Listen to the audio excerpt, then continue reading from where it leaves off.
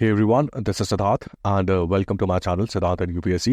इस वीडियो में हम डिटेल्ड एक्सप्लेनेशन देखेंगे ज्योग्राफी की क्लास 6 की एनसीईआरटी के 7th चैप्टर का। इससे पहले के चैप्टर्स मैं ऑलरेडी अलग अलग वीडियोस में कवर कर चुका हूँ, do check them out. So class 6 geography NCERT chapter 7 titled our country India, detailed explanation शुरू करते हैं। जो हमारा कंट्री है इंडिया, ये मिलकर बना है कई तरह की ज्योग्राफी से, यानी कि हमारे देश में कई तरह के ज्योग्राफिकल फीचर्स या लैंडफॉर्म्स हैं जिनके बारे में हम इस चैप्टर में देखेंगे। लेकिन सबसे पहले हम देखते हैं इंडिया का एक्सटेंट। जो हमारा इंडिया है ये कितना बड़ा है। जो इंडिया का ओवरऑल एरिया है that is 3.28 million square kilometres. India का नॉर्दर्न मोस्ट पॉइंट लोकेटेड है कश्मीर में, और वहां से सदर्न मोस्ट पॉइंट जो कि है Kanyakumari which is located in Tamil Nadu. इन दोनों एक्सट्रीम नॉर्दर्न और सदर्न पॉइंट्स में डिस्टेंस है 3200 किलोमीटर्स का, यानी कि नॉर्थ से साउथ इंडिया का एक्सटेंट है 3200 किलोमीटर्स। एक बात मैं यहाँ आपको बता दूं कि कन्याकुमारी मेनलैंड इंडिया का सदर्न मोस्ट पॉइंट है। इंडिया की टेरिटरी में ओवरऑल मेनलैंड इंडिया के साथ साथ दो ग्रुप ऑफ आइलैंड्स भी आते हैं, लक्षद्वीप और Andaman and Nicobar. Andaman and Nicobar islands का सबसे सदर्न मोस्ट पॉइंट, जिसको बोलते हैं इंदिरा पॉइंट, ये पूरी इंडियन टेरिटरी का सदर्न मोस्ट पॉइंट है। यानी कि अगर हम मेनलैंड इंडिया को कंसिडर करें तो सदर्न मोस्ट पॉइंट होगा कन्याकुमारी, और अगर हम पूरी इंडियन टेरिटरी को कंसिडर करें तो सदर्न मोस्ट पॉइंट होगा इंदिरा पॉइंट, जो कि लोकेटेड है अंडमान एंड निकोबार आइलैंड्स में। ये था इंडिया का एक्सटेंट नॉर्थ टू साउथ। अगर हम इंडिया का एक्सटेंट देखें फ्रॉम वेस्ट टू ईस्ट तो इंडिया का वेस्टर्न मोस्ट पॉइंट आता है गुजरात के कच्छ रीजन में, और ईस्टर्न मोस्ट पॉइंट आता है अरुणाचल प्रदेश में, और इन दोनों वेस्टर्न और ईस्टर्न मोस्ट पॉइंट्स में डिस्टेंस है 2900 किलोमीटर्स का। सो इंडिया का एक्सटेंट नॉर्थ टू साउथ है 3200 किलोमीटर्स और वेस्ट टू ईस्ट है 2900 किलोमीटर्स। अब देखते हैं इंडिया की position in terms of longitudes and latitudes. India equator के नॉर्थ में लोकेटेड है, यानी कि इंडिया आता है नॉर्दर्न हेमिस्फेयर में। साथ ही में इंडिया प्राइम मेरिडियन जो कि ग्रीनविच यूके से पास करता है उसके ईस्ट में लोकेटेड है। सो इंडिया आता है ईस्टर्न हेमिस्फेयर में। So India is located in northern hemisphere and eastern hemisphere. India के ऑलमोस्ट मिडल से पास होता है Tropic of Cancer which is 23.5 degrees north. अब इंडिया का हम लैटिट्यूडनल एक्सटेंट देखते हैं, यानी कि north to south in terms of latitude. India का नॉर्दर्न मोस्ट पॉइंट किस लैटिट्यूड पर लोकेटेड है और सदर्न मोस्ट पॉइंट किस लैटिट्यूड पर। जो सदर्न मोस्ट पॉइंट है इंडिया का, और यहाँ पर मैं southern most point of mainland India की बात कर रहा हूँ, यानी कि Kanyakumari and not Indira point. So Kanyakumari जो भी है southern most point of mainland India, उससे जो लैटिट्यूड पास होता है that is 8 degrees and 4 minutes north.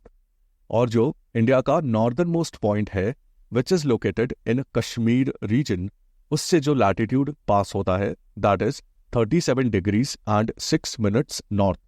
So India का लैटिट्यूडनल एक्सटेंट या फिर नॉर्थ टू साउथ का extent in terms of latitudes it is 8 degrees 4 minutes north to 37 degrees 6 minutes north. ऐसे ही अगर हमें इंडिया का वेस्ट टू ईस्ट का एक्सटेंट देखना है तो यहाँ हम लॉन्गिट्यूड्स कंसिडर करते हैं, क्योंकि एक तरफ हॉरिजॉन्टल लैटिट्यूड्स हमें नॉर्थ टू साउथ का एक्सटेंट बताते हैं, वहीं वर्टिकल लॉन्गिट्यूड्स हमें वेस्ट टू ईस्ट का एक्सटेंट बताते हैं। सो इंडिया का west to east extent in terms of longitudes देखने के लिए हमें देखना है कि वेस्टर्न मोस्ट पॉइंट से कौन सा लॉन्गिट्यूड पास होता है और ईस्टर्न मोस्ट पॉइंट से कौन सा। इंडिया के वेस्टर्न मोस्ट पॉइंट से जो कि है गुजरात के कच्छ रीजन में, वहां से 68 डिग्रीज 7 मिनट्स ईस्ट का लॉन्गिट्यूड पास होता है, और इंडिया के ईस्टर्न मोस्ट पॉइंट जो कि आता है अरुणाचल प्रदेश में, वहां से 97 डिग्रीज एंड 25 मिनट्स ईस्ट का लॉन्गिट्यूड पास होता है। सो इंडिया का एक्सटेंट साउथ टू नॉर्थ है 8 degrees 4 minutes north to 37 degrees 6 minutes north, and west to east है 68 degrees 7 minutes east to 97 degrees 25 minutes east. और इंडिया पूरी तरह से लाई करता है in northern hemisphere and eastern hemisphere.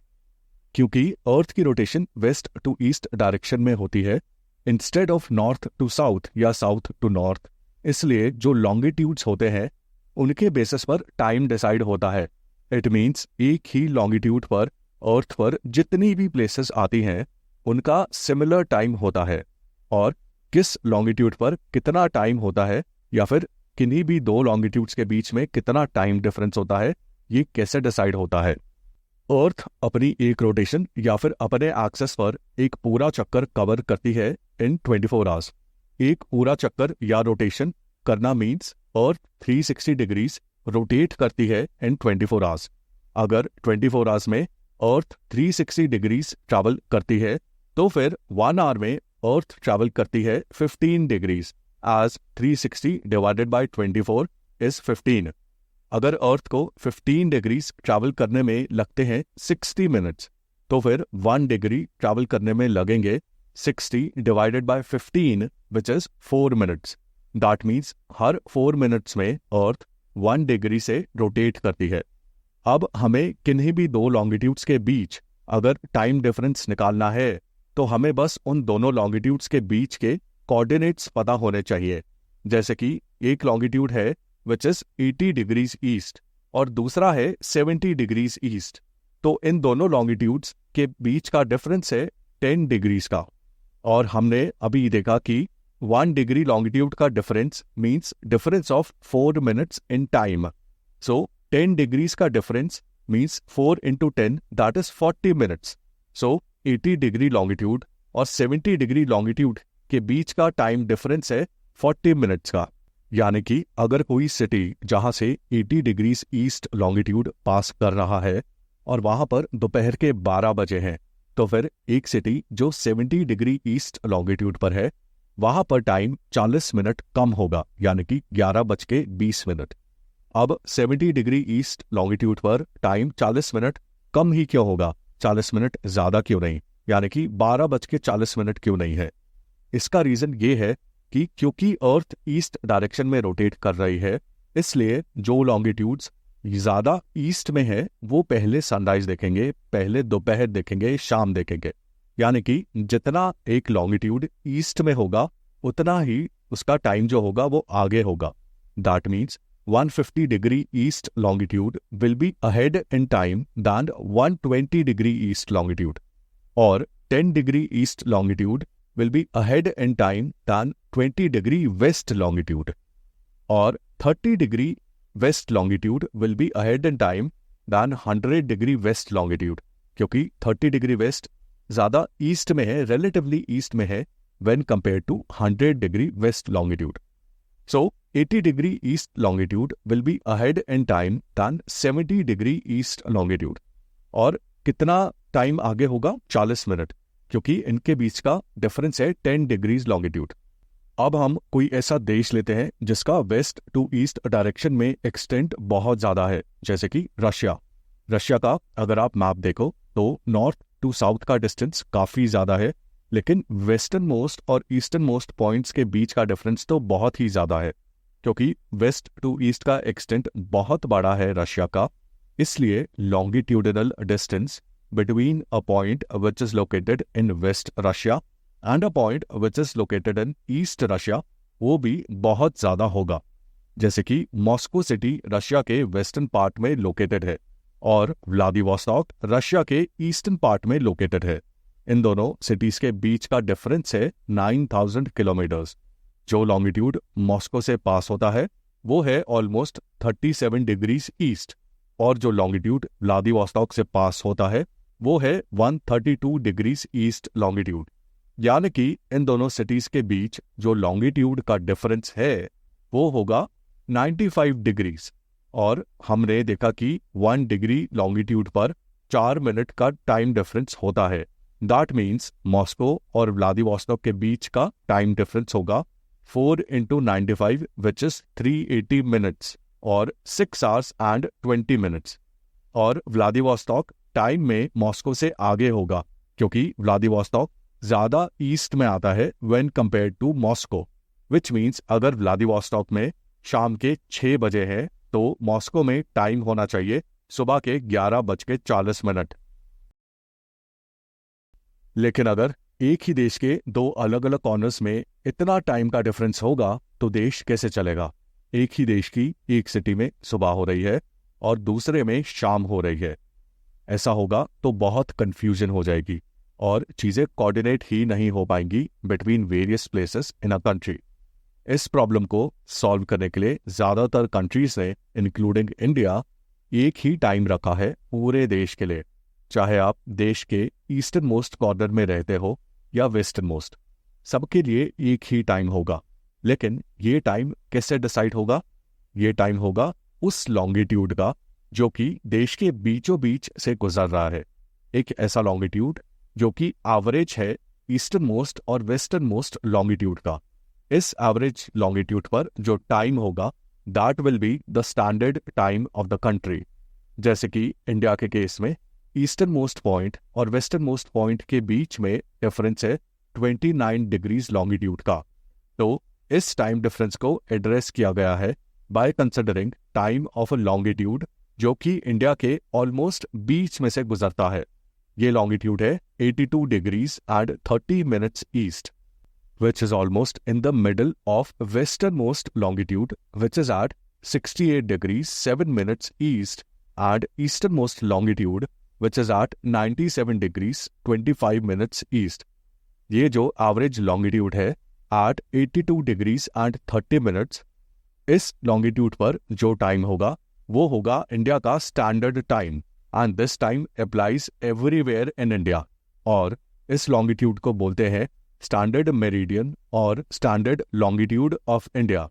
So India has one time zone जहां का टाइम है according to the standard meridian of India और 82 डिग्रीज 30 मिनट्स लॉन्गिट्यूड। अब इंडिया का वेस्ट टू ईस्ट का एक्सटेंट ठीक ठाक है लेकिन बहुत ज्यादा भी नहीं है, specially when compare to bigger countries like USA, Russia and China. इन बड़े कंट्रीज में जो लॉन्गिट्यूडिनल एक्सटेंट है वो बहुत ज़्यादा है, जैसे कि मैंने आपको रशिया का एग्जाम्पल दिया। ऐसे कंट्रीज में जो कि वेस्ट टू ईस्ट बहुत ज़्यादा फैले हुए हैं, यहाँ एक टाइम जोन रखना ठीक नहीं होगा, क्योंकि अगर हमने रशिया में एक टाइम जोन रख दिया तो मे बी व्लादिवोस्टॉक में सनराइज अगर सुबह के 5 बजे हो रहा है तो मॉस्को तक सनराइज आते आते सुबह के 11:20 हो जाएंगे। And this is not feasible. So ऐसे बड़े कंट्रीज में कई सारे टाइम जोन्स होते हैं, जैसे कि रशिया में 11 टाइम जोन्स हैं, यूएसए में 7 और कनाडा में 6। अब एक बार हम इंडिया का मैप देखते हैं। इंडिया का अगर हम फिजिकल मैप देखें तो इंडिया 4 मेजर ज्योग्राफीज से सराउंडेड है इन ऑल 4 डायरेक्शंस। नॉर्थ में है हिमालयाज, साउथ में है इंडियन ओशन, वेस्ट में है अरेबियन सी और ईस्ट में है बे ऑफ बंगाल। आप अगर ध्यान से देखो तो आप रियलाइज करोगे कि इंडिया 3 साइड से यानी कि वेस्ट, ईस्ट और साउथ से पानी से सराउंडेड है। इंडिया के नॉर्थ में लैंड है और बाकी 3 साइड्स पर वाटर। कोई पीस ऑफ लैंड जब 3 साइड से वाटर से सराउंडेड होता है उसे पेनिनसुला बोलते हैं। So India has a peninsula जिसमें वेस्ट में अरेबियन सी है, साउथ में इंडियन ओशन और ईस्ट में Bay of Bengal. By the way, दोनों अरेबियन सी और Bay of Bengal Indian Ocean का ही हिस्सा है। अब हम देखते हैं इंडिया के नेबरिंग कंट्रीज को, वो कंट्रीज जिनके साथ इंडिया अपनी बाउंड्रीज शेयर करता है। ये जो नेबरिंग कंट्रीज हैं ये 2 तरह के हैं। एक तो है लैंड नेबर्स जिनके साथ इंडिया अपनी लैंड बाउंड्री शेयर करता है, और दूसरे टाइप के नेबर्स हैं मैरीटाइम नेबर्स, ऐसे कंट्रीज जो इंडिया से स्मॉल वाटर बॉडीज से सेपरेटेड है। इंडिया के 7 लैंड नेबर्स हैं जिनमें आते हैं पाकिस्तान, अफगानिस्तान, चाइना, नेपाल, भूटान, बांग्लादेश और म्यांमार। यहाँ मैं आपको बता दूं कि अभी जो एट प्रेजेंट इंडिया के कंट्रोल में लैंड है वहां से अफगानिस्तान के साथ कोई लैंड बाउंड्री शेयर नहीं होती, लेकिन कश्मीर का जो रीजन है इलीगली पाकिस्तान के अंडर यानी कि पीओके, वो लैंड बाउंड्री शेयर करता है विद अफगानिस्तान, और पीओके को हम इंडिया का पार्ट मानते हैं। सो हम अफगानिस्तान को अपना लैंड नेबर कंसिडर करते हैं क्योंकि अफगानिस्तान लैंड बाउंड्री शेयर करता है विद पीओके। जो अफगानिस्तान का पार्ट पीओके के साथ लैंड बाउंड्री शेयर करता है उसको बोलते हैं वखान कॉरिडोर। अब इन 7 लैंड नेबर्स में से इंडिया सबसे बड़ा लैंड बॉर्डर किस कंट्री के साथ शेयर करता है? ये कंट्री है बांग्लादेश। इंडिया बांग्लादेश के साथ अराउंड 4096 किलोमीटर लंबा बॉर्डर शेयर करता है and this is the longest land border which India has with any country. ये थे हमारे लैंड नेबर्स। अब हमारे 2 मैरीटाइम नेबर्स भी हैं, 2 आइलैंड कंट्रीज जो इंडिया के काफ़ी क्लोज लोकेटेड है। ये है श्रीलंका और मालदीव्स। इंडिया और श्रीलंका को सेपरेट करती है एक छोटी सी वाटर बॉडी जिसको बोलते हैं पाक स्ट्रेट। स्ट्रेट का मतलब होता है एक narrow passage of water connecting 2 bigger water bodies. ऐसी छोटी सी पानी की स्ट्रिप जो कि 2 बड़ी वाटर बॉडीज को कनेक्ट करती है। ये पाक स्ट्रेट नाम की वाटर बॉडी कनेक्ट करती है बे ऑफ बंगाल को with Palk Bay and Gulf of Mannar. So India और श्रीलंका के बीच अगर हम राइट टू लेफ्ट देखें वाटर बॉडीज को तो इनमें आती है बे ऑफ बंगाल, उसके लेफ्ट में पाक स्ट्रेट, फिर पाक बे और फिर गल्फ ऑफ मन्नार। और इंडिया और मालदीव्स को सेपरेट करता है 8 डिग्री चैनल। ये 8 डिग्री चैनल पास करता है लक्षद्वीप के मिनिकॉय आइलैंड और मालदीव्स के बीच। इसको 8 डिग्री चैनल इसलिए बोलते हैं क्योंकि ये लोकेटेड है 8 डिग्री लैटिट्यूड पर। सो ये थे इंडिया के 9 neighbours, 7 land neighbours and 2 maritime neighbours. हमारे इंडिया में टोटल 28 स्टेट्स हैं और 8 यूनियन टेरिटरीज हैं। इंडिया की इंडिपेंडेंस के बाद जितने नए स्टेट्स फॉर्म हुए हैं उनमें से ज़्यादातर बने हैं on basis of language and culture. यानी कि अगर एक स्टेट में अलग अलग लैंग्वेजेस बोलने वाली कम्युनिटीज़ और थोड़े अलग अलग कल्चर्स वाली कम्युनिटीज़ हैं तो इन स्टेट्स को डिवाइड करके और स्टेट्स बनाए गए ताकि कल्चरली डाइवर्स कम्युनिटीज़ को अपना खुद का स्टेट मिल जाए। Haryana is one example of this जो कि एग्जिस्टेंस में आया था इन 1966 जब ये पंजाब से सेपरेट हुआ था। इंडिया की जो टोटल पॉपुलेशन है that is 1.4 billion people and India is the most populous country in the world. दूसरे नंबर पर है चाइना और तीसरे पर है यूएसए। इंडिया के अगर हम फिजिकल फीचर्स देखें तो हम ये कह सकते हैं कि इंडिया में डाइवर्सिटी ऑफ कल्चर्स के साथ साथ हमें डाइवर्सिटी ऑफ लैंडफॉर्म्स भी मिलते हैं। इंडिया में कई तरह के लैंडफॉर्म्स हैं जिनको प्राइमरली 6 पार्ट्स में डिवाइड किया गया है। ये है mountains, deserts, northern plains, plateaus, coast और आइलैंड्स। इन सबको हम एक एक करके देखते हैं। इनमें से पहला है माउंटेन्स। नॉर्दर्न इंडिया में लोकेटेड है माउंटेन्स जिनको हम बोलते हैं हिमालयाज। हिमालयाज जो वर्ड है इसका मीनिंग है abode of snow. Abode means a place where someone lives. So abode of snow means home of snow. So Himalayas are home of snow. Himalayas सिर्फ एक माउंटेन रेंज नहीं है बल्कि एक ग्रुप ऑफ माउंटेन रेंजेस है। हिमालयाज में 3 मेजर माउंटेन रेंजेस आती हैं, या फिर हम ऐसा भी बोल सकते हैं कि हिमालयाज को 3 माउंटेन रेंजेस में डिवाइड किया गया है।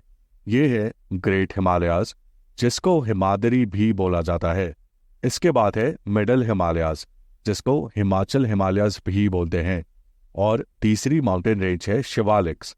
ये तीनों mountain ranges north to south located है इसी सीक्वेंस में, यानी कि ग्रेट हिमालयाज या हिमाद्री सबसे नॉर्थ में है, उसके थोड़ा साउथ में है मिडल हिमालयाज या हिमाचल हिमालयाज, और उसके साउथ में है शिवालिक्स। इन तीनों माउंटेन रेंजेस में से सबसे टॉल माउंटेन्स मिलते हैं ग्रेट हिमालयाज में। इनफैक्ट ग्रेट हिमालयाज में वर्ल्ड की हाईएस्ट माउंटेन पीक्स लोकेटेड है। वर्ल्ड के सबसे टॉलेस्ट माउंटेन्स हमें ग्रेट हिमालयाज में मिलते हैं। जहां एक तरफ great Himalayas are known for world's highest peaks, वहीं मिडल हिमालयाज या Himachal Himalayas are known for hill stations. जो भी पॉपुलर हिल स्टेशंस हैं नॉर्थ इंडिया में उनमें से ज़्यादातर लोकेटेड है मिडल या फिर हिमाचल हिमालयाज में। Now coming to northern plains. Northern plains जैसे कि आपको नाम से ही पता चल गया होगा कि दीज आर प्लेन्स यानी कि फ्लैट सर्फेसेस।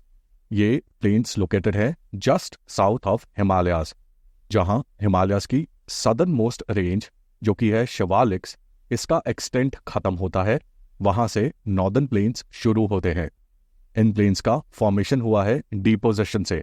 मैंने आपको 6th चैप्टर में समझाया था कि डिपोजिशन के प्रोसेस से सैंड, सिल्ट और सॉइल पार्टिकल्स माउंटेन से एरोड या फिर वॉश अवे होते हैं by wind, water and ice, जिसको एरोजन बोलते हैं, और ये आगे जाके डिपॉजिट होते हैं या सेटल डाउन होते हैं, जिसको डिपोजिशन बोलते हैं। और इसी डिपोजिशन की वजह से नॉर्दर्न प्लेन्स का फॉर्मेशन हुआ है। विंड, वाटर और आइस में से जिस कंपोनेंट ने सबसे ज़्यादा डिपोजिशन किया है वो है वाटर, जो कि बहता है थ्रू रिवर्स। सो ऐसी बहुत सारे रिवर्स जो कि हिमालय से ओरिजिनेट होती हैं, जैसे कि यमुना, गंगा एक्सेट्रा, इन रिवर्स का सबसे मेजर रोल रहा है माउंटेन्स के एरोजन में और फिर सॉइल, सैंड और सिल्ट को डिपॉजिट करने में, जिससे प्लेन्स बने हैं। जो एरोडेड मटेरियल होता है हिमालयास का, जिसको रिवर्स प्लेन्स में जाके डिपॉजिट करती हैं, इसमें प्रेजेंट होते हैं सॉइल के बहुत फाइन या फिर बहुत छोटे particles. In fine soil particles को बोलते हैं एलुवियल डिपॉजिट, और इन एलुवियल डिपॉजिट से बनती है एलुवियल सॉइल। सो नॉर्दर्न प्लेन्स में स्पेशली रिवर बैंक्स के एरियाज में हमें एलुवियल सॉइल देखने को मिलती है। रिवर बैंक्स क्या होते हैं? किसी भी रिवर के दोनों साइड पर जो एरिया होते हैं उन्हें रिवर बैंक्स बोलते हैं। सो ये एलुवियल डिपॉजिट जो रिवर्स लेकर आती हैं माउंटेन्स से, ये प्लेन्स में जाकर बनाते हैं एलुवियल सॉइल, और ये एलुवियल सॉइल बहुत फर्टाइल होती है, कल्टीवेशन के लिए बहुत अच्छी होती है। Presence of alluvial soil is one of the reasons why plains में, जैसे कि पंजाब, हरियाणा और यूपी में, हमें काफ़ी एग्रीकल्चर देखने को मिलता है। और भी कई रीजंस हैं, जैसे कि availability of water thanks to rivers, flat land etcetera, जिनकी वजह से नॉर्दर्न प्लेन्स में एग्रीकल्चर काफ़ी प्रोमिनेंट है। अब कोई मेजर रिवर है जैसे कि गंगा, उसकी कई ट्रिब्यूटरीज होती हैं। A tributary means a river और a stream which contributes to the main river, that is it discharges its water into the main river. ऐसी कोई रिवर या स्ट्रीम जो कि काफ़ी डिस्टेंस ट्रैवल करने के बाद गंगा या फिर किसी और मेजर रिवर को ज्वाइन कर ले, उसे उस मेजर रिवर की ट्रिब्यूटरी कहते हैं। जैसे कि Yamuna is a tributary of Ganga. Yamuna कुछ डिस्टेंस ट्रैवल करने के बाद गंगा को ज्वाइन करती है। So Yamuna is a tributary of Ganga. और इनफैक्ट यमुना की भी अपनी ट्रिब्यूटरीज हैं, जैसे कि सिंध, बेतवा, केन एक्सेट्रा। सो एक रिवर की ट्रिब्यूटरीज हो सकती है और उन ट्रिब्यूटरीज की भी अपनी ट्रिब्यूटरीज हो सकती है। ये मेजर रिवर, उसकी ट्रिब्यूटरीज और उन ट्रिब्यूटरीज की अपनी खुद की ट्रिब्यूटरीज, ये सब मिलाकर बनाते हैं रिवर सिस्टम, जैसे कि गंगा रिवर सिस्टम। इसमें गंगा रिवर आएगी, उसकी ट्रिब्यूटरीज जैसे कि यमुना, और इन ट्रिब्यूटरीज की अपनी ट्रिब्यूटरीज जैसे कि केन, बेतवा एक्सेट्रा। और अगर केन, बेतवा की भी अपनी ट्रिब्यूटरीज है तो ये भी सब मिलकर बनाएंगी गंगा रिवर सिस्टम। हमारे इंडिया में ऐसे 3 मेजर रिवर सिस्टम्स हैं। ये है इंडस रिवर सिस्टम, जिसमें Indus is the main river और साथ में इंडस की कई सारी tributaries. Second is Ganga river system and third is Brahmaputra river system. ये तीनों रिवर सिस्टम्स जो कि मेजरली हिमालयास से ही ओरिजिनेट हो रहे हैं, इन्होंने मिलकर इंडिया के नॉर्दर्न प्लेन्स का फॉर्मेशन किया है। नॉर्दर्न प्लेन्स के बाद नेक्स्ट लैंडफॉर्म है ग्रेट इंडियन डेजर्ट, जो कि प्राइमरली राजस्थान में लोकेटेड है, और इस डेजर्ट का नाम है थार डेजर्ट। डेजर्ट्स बहुत सैंडी होते हैं, यानी कि जैसे हमें प्लेन्स में सॉइल मिलती है सरफेस पर, वैसे ही डेजर्ट्स में हमें सैंड मिलती है। ये सैंडी डेजर्ट्स बहुत हॉट होते हैं, यहाँ टेम्परेचर एक्सट्रीमली हाई जाता है। बहुत हॉट होने के साथ साथ ये डेजर्ट्स बहुत ड्राई है, यानी कि वाटर की अवेलेबिलिटी बहुत कम है। ना ही बारिश होती है ना ही रिवर्स डेजर्ट्स के थ्रू ट्रैवल करती हैं और ना ही अंडरग्राउंड वाटर की कोई बहुत ज़्यादा अवेलेबिलिटी है। सो डेजर्ट्स में इंक्लूडिंग थार डेजर्ट वाटर की स्कार्सिटी होती है and due to scarcity of water, hot climate and sandy surface हमें डेजर्ट में बहुत कम वेजिटेशन देखने को मिलती है। यानी कि डेजर्ट में पानी के साथ साथ प्लांट्स और ट्रीज की भी स्कार्सिटी होती है। डेजर्ट के बाद जो नेक्स्ट लैंडफॉर्म हमें इंडिया में मिलता है दैट इज प्लाट्यूज। इंडिया के एक्सट्रीम नॉर्थ में माउंटेन्स हैं, उसके साउथ में प्लेन्स हैं और प्लेन्स के साउथ में है प्लाट्यूज। ये जो प्लाट्यू रीजन है इंडिया का, ये पार्ट है इंडियन पेनिनसुला का, यानी कि इंडिया का वो रीजन जो कि 3 साइड से वाटर से सराउंडेड है। सो इन प्लाट्यूज को पेनिनसुलर प्लाट्यूज भी बोला जाता है। इस पेनिनसुलर प्लाट्यू के नॉर्थ वेस्ट में है अरावली हिल्स, जो कि है one of the oldest mountain ranges in the world. इस पेनिनसुलर प्लाट्यू के नॉर्थ में 2 इंपॉर्टेंट रेंजेस हैं, विंध्यास और सतपुरास। इन दोनों रेंजेस से फ्लो करती है 2 इंपॉर्टेंट रिवर्स, जो कि हैं नर्मदा और तापी। ये दोनों रिवर्स ईस्ट टू वेस्ट की डायरेक्शन में फ्लो करती हैं और अरेबियन सी, जो कि इंडिया के वेस्ट में लोकेटेड है, उसमें जाके ये दोनों रिवर्स मिल जाती हैं। ये तो था northern boundary of peninsular plateau. Peninsular plateau की वेस्टर्न बाउंड्री बनाते हैं वेस्टर्न घाट्स, और जिनको सह्याद्रीज भी बोला जाता है। और पेनिनसुलर प्लाट्यू की ईस्टर्न बाउंड्री बनाते हैं eastern Ghats. Western Ghats continuous in nature होते हैं, यानी कि ऐसा नहीं है कि वेस्टर्न घाट्स में हमें एक अपलिफ्टेड प्लाट्यू मिले और उसके 100 किलोमीटर बाद दूसरा अपलिफ्टेड प्लाट्यू मिले। वेस्टर्न घाट्स में एक के बाद एक अपलिफ्टेड लैंडफॉर्म्स हमें मिलते हैं। So Western Ghats are continuous in nature, और वहीं Eastern Ghats are not continuous in nature. Eastern Ghats में इन प्लाट्यूज के बीच में काफ़ी गैप है। So Eastern Ghats are broken in nature. Plateaus minerals में बहुत रिच होते हैं और पेनिनसुलर प्लाट्यूज से हमें काफ़ी सारे मिनरल्स मिलते हैं, जैसे कि कोल, आयरन एक्सेट्रा। तभी माइनिंग भी ज़्यादातर प्लाट्यू के रीजन में ही होती है। Next platform is coastal planes.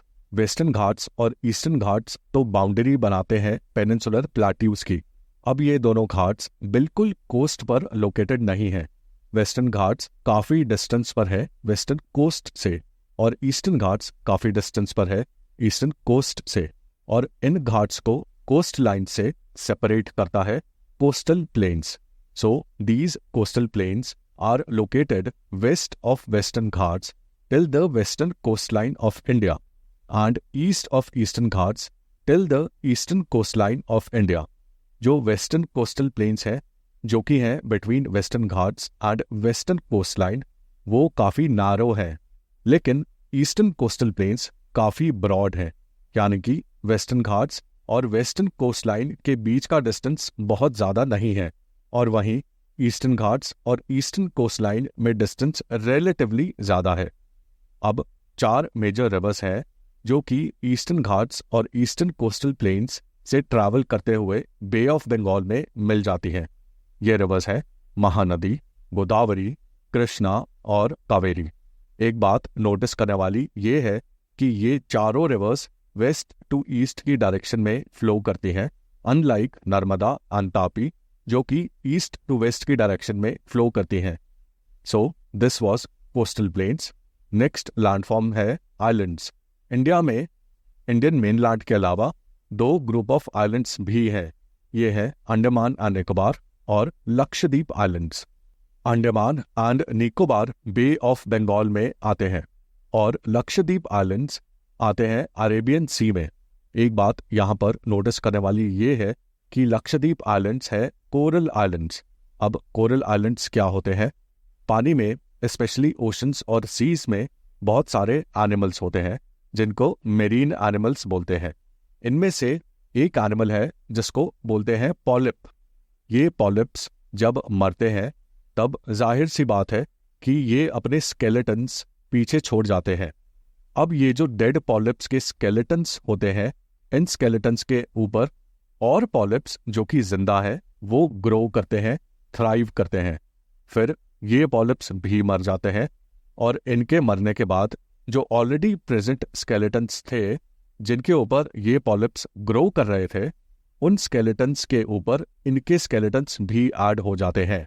और फिर अब इन सब स्केलेटन्स के ऊपर और पॉलिप्स आते हैं और ग्रो करते हैं। फिर ये पॉलिप्स भी मर जाते हैं, जिससे इनके स्केलेटन्स भी उन स्केलेटन्स के ऊपर ऐड हो जाते हैं। ऐसा करते करते पॉलिप्स के स्केलेटन्स का पाइल बनना शुरू हो जाता है और ये पाइल बड़ा होते होते आइलैंड्स जितना बड़ा हो जाता है। ये आइलैंड्स जो कि डेड पॉलिप्स के स्केलेटन्स से बनते हैं, इन आइलैंड्स को बोलते हैं coral islands, and Lakshadweep islands are examples of such coral islands. Now last में एक टर्म है जो कि इस चैप्टर में दी गई है, which is delta. Delta basically एक तरह का लैंडफॉर्म होता है जो कि बनता है eight the mouth of a river. Mouth of a river means वो पॉइंट जहां एक रिवर ओशन या सी में जाके मिलती है। प्लेन्स की तरह ही डेल्टास बनते हैं डिपोजिशन से, यानी कि उस इरोडेड मटेरियल के डिपॉजिट या सेटल डाउन होने से जो कि रिवर्स अपने साथ लेकर आती है।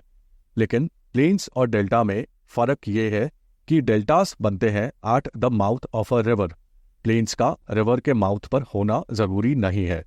जब एक रिवर सी या ओशन में बहने लगती है तो उस रिवर के वाटर के फ्लो करने की स्पीड बहुत कम होती है।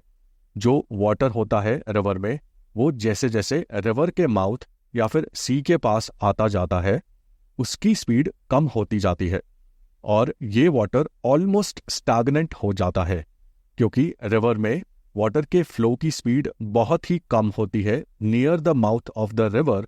फॉर दिस रीजन काफी सारे सेडिमेंट्स यानी कि एरोडेड मटेरियल डिपॉजिट होना शुरू कर देते हैं near the mouth of the river, and because of this delta की फॉर्मेशन होती है near the mouth of a river. And for the same reason आपको डेल्टास पर स्टैग्नेंट वाटर काफी देखने को मिलेगा। सो अनलाइक प्लेन्स जहां रिवर्स में मूविंग वाटर होता है, डेल्टास पर हमें स्टैग्नेंट वाटर देखने को मिल सकता है। इंडिया की दो मेजर रिवर्स गंगा और ब्रह्मपुत्र वर्ल्ड का लार्जेस्ट डेल्टा बनाती हैं, जिसको बोलते हैं सुंदरबन डेल्टा। सुंदरबंस इंडिया और बांग्लादेश दोनों कंट्रीज में फैले हुए हैं। वन लास्ट थिंग, आपने देखा कि इंडिया में डाइवर्सिटी ऑफ लैंडफॉर्म्स है और लैंडफॉर्म्स पर काफी हद तक डिपेंड करता है उस जगह का culture, wild life, vegetation, climate etcetera. यानी कि हर लैंडफॉर्म पर, चाहे वो प्लेन्स हो या माउंटेन्स या आइलैंड्स, हर लैंडफॉर्म पर जो कम्युनिटीज का कल्चर होता है वो अलग होता है। जिस तरह के एनिमल्स, प्लांट्स मिलते हैं वो अलग होते हैं और जिस तरह का क्लाइमेट मिलता है वो भी अलग होता है। सो one of the reasons for diversity of culture, of wildlife, of vegetation, etc. in India is the diversity of landforms. So, ये था Geography Class 6th NCERT के 7th chapter titled Our Country India का detailed explanation.